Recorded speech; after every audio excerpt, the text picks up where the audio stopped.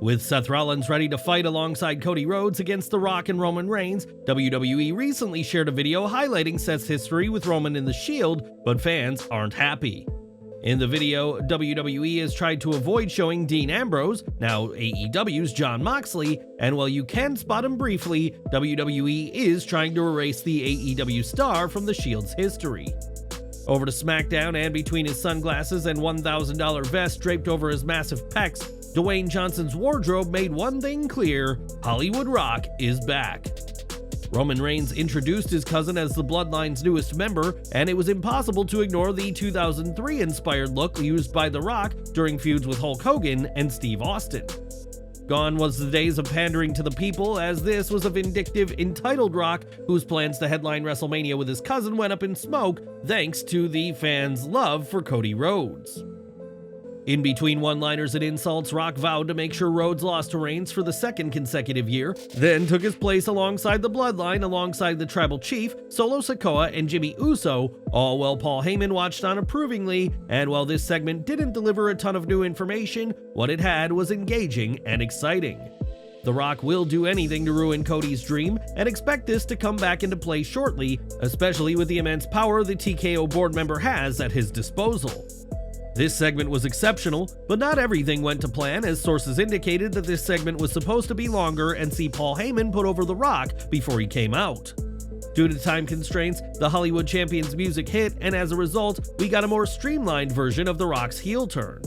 After SmackDown went off the air, The Rock shook hands with his fellow Bloodline members, and after Roman and the others went backstage, the Brahma Bull had some fun in the ring. The veteran's mannerisms after the show were similar to his road to WrestleMania 19 in 2003, as after taking shots at the Toronto crowd at Raw, he spent time interacting with fans after the show. That was the case last night, as The Rock made sure to interact with the fans in Utah, and while he may be a heel on TV, he made sure to give the crowd a memory they'll always remember. The Rock's return to WWE has already been filled with twists and turns, but not every idea that the company has made it to TV. It was on the February 2nd SmackDown that The Rock returned, which came shortly after Rhodes claimed he wouldn't challenge Roman Reigns at WrestleMania.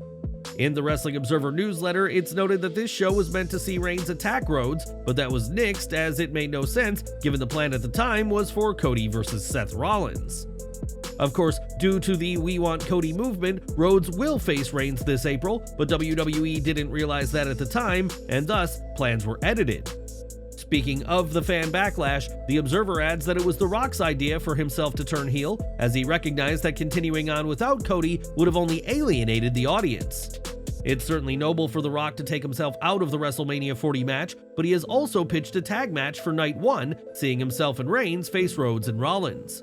This match has yet to be confirmed, but would surely headline Night 1 if it does take place, meaning we may get The Rock in the ring after all. For decades, Vince McMahon was untouchable in the professional wrestling world, but with the Janelle Grant lawsuit continuing, there's been a lot of talk about the ex-chairman's alleged actions.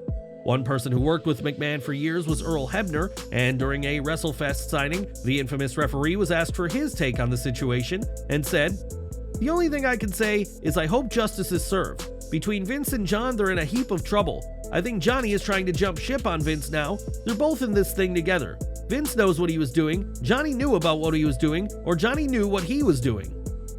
Teasing another memoir, Hebner said he hopes to discuss the matter in detail when the time is right.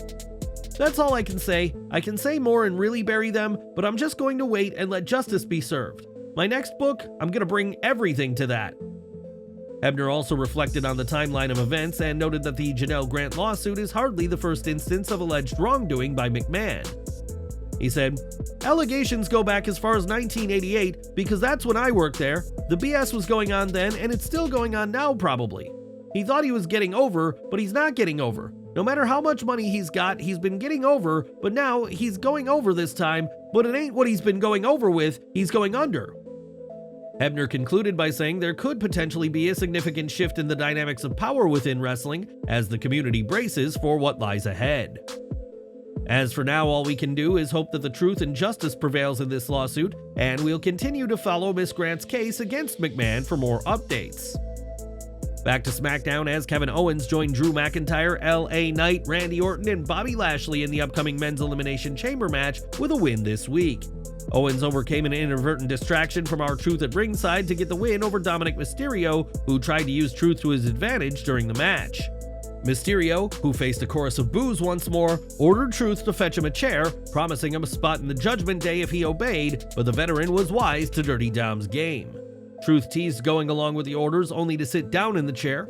Mysterio turned right into a pop-up powerbomb as Owens cashed his ticket to Perth. This was a solid match, enhanced by the red-hot Salt Lake City crowd, and showed a logical progression to the Truth Judgment Day angle, kicking off a hot episode of Smackdown. Tiffany Stratton earned a spot in the Women's Elimination Chamber match by defeating Zelina Vega, as the former NXT Women's Champion continues to receive the spotlight on SmackDown. From the very first day of AEW, Chris Jericho has been one of the company's focal points and helped give the company some much-needed credibility upon its launch in January 2019. Now, though, fans won't be seeing Jericho on AEW TV, as Fightful Select reports that he is slated to be off programming for at least a few weeks. Jericho isn't injured, thankfully, but he'll be off TV due to an overseas tour with Fozzy, and his most recent match for AEW saw him lose to Konosuke Takeshita on last week's Dynamite.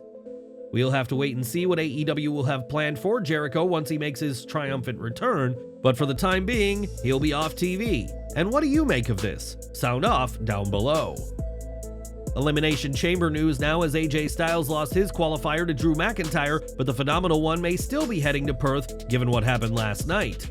After weeks of tension in the OC, Styles slapped Carl Anderson across the face following a disagreement, and there's been much speculation of a match between the two. This would be Anderson's biggest solo outing of his WWE career, and it'd certainly help fill out the card in Optus Stadium, which currently has 4 matches confirmed. With 1 week to go until Elimination Chamber, WWE would have to announce the match soon in what'd be the next chapter in Styles' darker character we've seen since his return. Whether you acknowledge him or not, it's impossible to ignore the immense success of Roman Reigns, who is poised to headline his 8th WrestleMania this April. Reigns' career, either as allies or enemies, has often been tied to Seth Rollins, and despite their current differences, the Architect is fully aware of the success the Tribal Chief has had.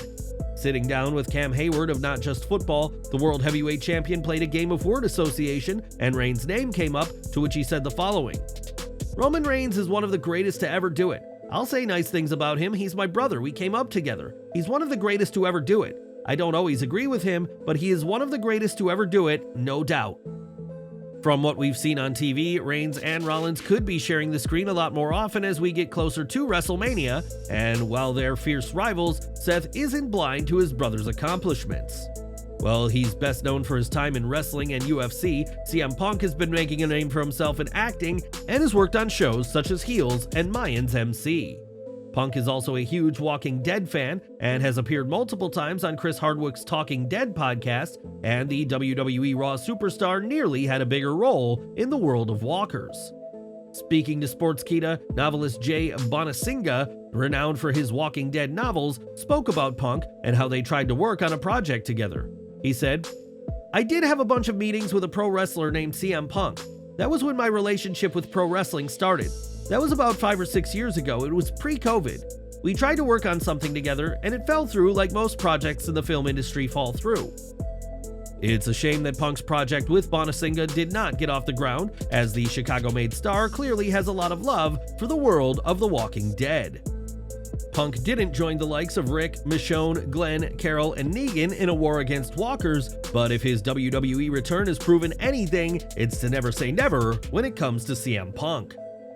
More from SmackDown, and the Authors of Pain returned to the ring to make short work of their opponents from NXT, Javier Bernal and Bo Morris. It was a short, sweet reintroduction to one of the most dominant tag teams of the modern era, as the creative team continues to heat the Final Testament up. In his first free TV match to date, Logan Paul defeated The Miz to complete a star-studded field in the Men's Elimination Chamber match. Paul overcame a knee injury that was focused on throughout the match, and unlike many wrestlers with greater longevity, remembered to sell the injury at all times. Paul dropped Miz and immediately remembered to sell his injured leg, and those are the little things that make him better beyond his years in the industry. Paul didn't get the win all by himself though, as late into the match his buddy Jeff introduced some brass knuckles, and while Miz tossed them away, this proved to be enough of a distraction. The match was better than it may have been on paper, but that should not surprise anyone who paid attention to Paul and Miz's first match at SummerSlam 2022 and the chemistry they shared. Paul winning was the right call and completes one of the more star-studded fields in recent Elimination Chamber history. In a backstage segment, Tiffany Stratton talked trash on Elimination Chamber opponents Bianca Belair and Liv Morgan before Jade Cargill made her presence felt. Cargill took exception to her interrupting business with Smackdown general manager Nick Aldis, teasing something big in the ex-AEW star's future. In a women's Elimination Chamber qualifier, Naomi entered to music similar to her TNA theme, and we like how it bridges the gap between the Naomi who left in 2022 and the one we see today. Naomi bested Alba Fyre to earn her spot in the chamber next week in what'll be another high-profile showcase for the former TNA Knockouts champion. And that was Smackdown, which earns an unquestionable A grade thanks in part to the most interesting, engaging storyline in years in The Rock joining the Bloodline. A free TV match from Logan Paul, who again shows skills beyond his years, also helped, and all of the Elimination Chamber qualifiers offered something unique and different. Some served as the latest chapter in other ongoing stories, and there were intriguing developments, numerous story threads at play, and an exclamation point in that Bloodline segment. This was another great broadcast, the latest in a line of them by a company that is full steam ahead as WrestleMania 40 draws near. Who knows if the show lives up to last year's instant classic, but the intrigue, interest, and quality of storytelling is about as high as it's ever been. It was last September that Jade Cargill signed with WWE, and while there's been a ton of intrigue in the former AEW TBS champion, she's so far only competed in one match. Outside of the Women's Royal Rumble, Cargill has been working hard at the WWE Performance Center in Orlando, and now she's given an in-depth look at what that work looks like. Speaking to Denise Salcido, Cargill spoke about making adjustments when transitioning from AEW to WWE and is now working on redefining who she is in the ring. Cargill added that she's working on promos and expressed her gratitude to the coaches that want her to excel and will pull her to one side if they think something isn't working out. Expectations are high for Cargill, who was recently pulled from plans for Elimination Chamber Perth, and it remains to be seen what impact she'll make as a WWE superstar. Earlier this week, we reported on Steve Mongo McMichael, who, in addition to ALS, was recently hospitalized with suspected pneumonia, but there's been an update on his situation. On Twitter, Jarrett Payton, son of NFL icon Walter Payton and an NFL star himself, shared that Mongo's condition is showing signs of improvement after antibiotics were administered. McMichael is undergoing a procedure to drain fluid from his lungs, and hospital officials anticipate his release in the next few days, as it'll take more than pneumonia to keep the Horsemen down. Back to WWE, as Jennifer Pepperman recently left WWE after close to 7 years, but why exactly has the former senior writer and producer walked away?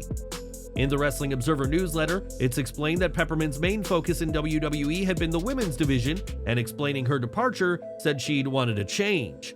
Pepperman was also said to be close to Mercedes Moné, who is expected to debut for AEW very soon, and perhaps the former WWE senior writer may be All Elite herself soon enough.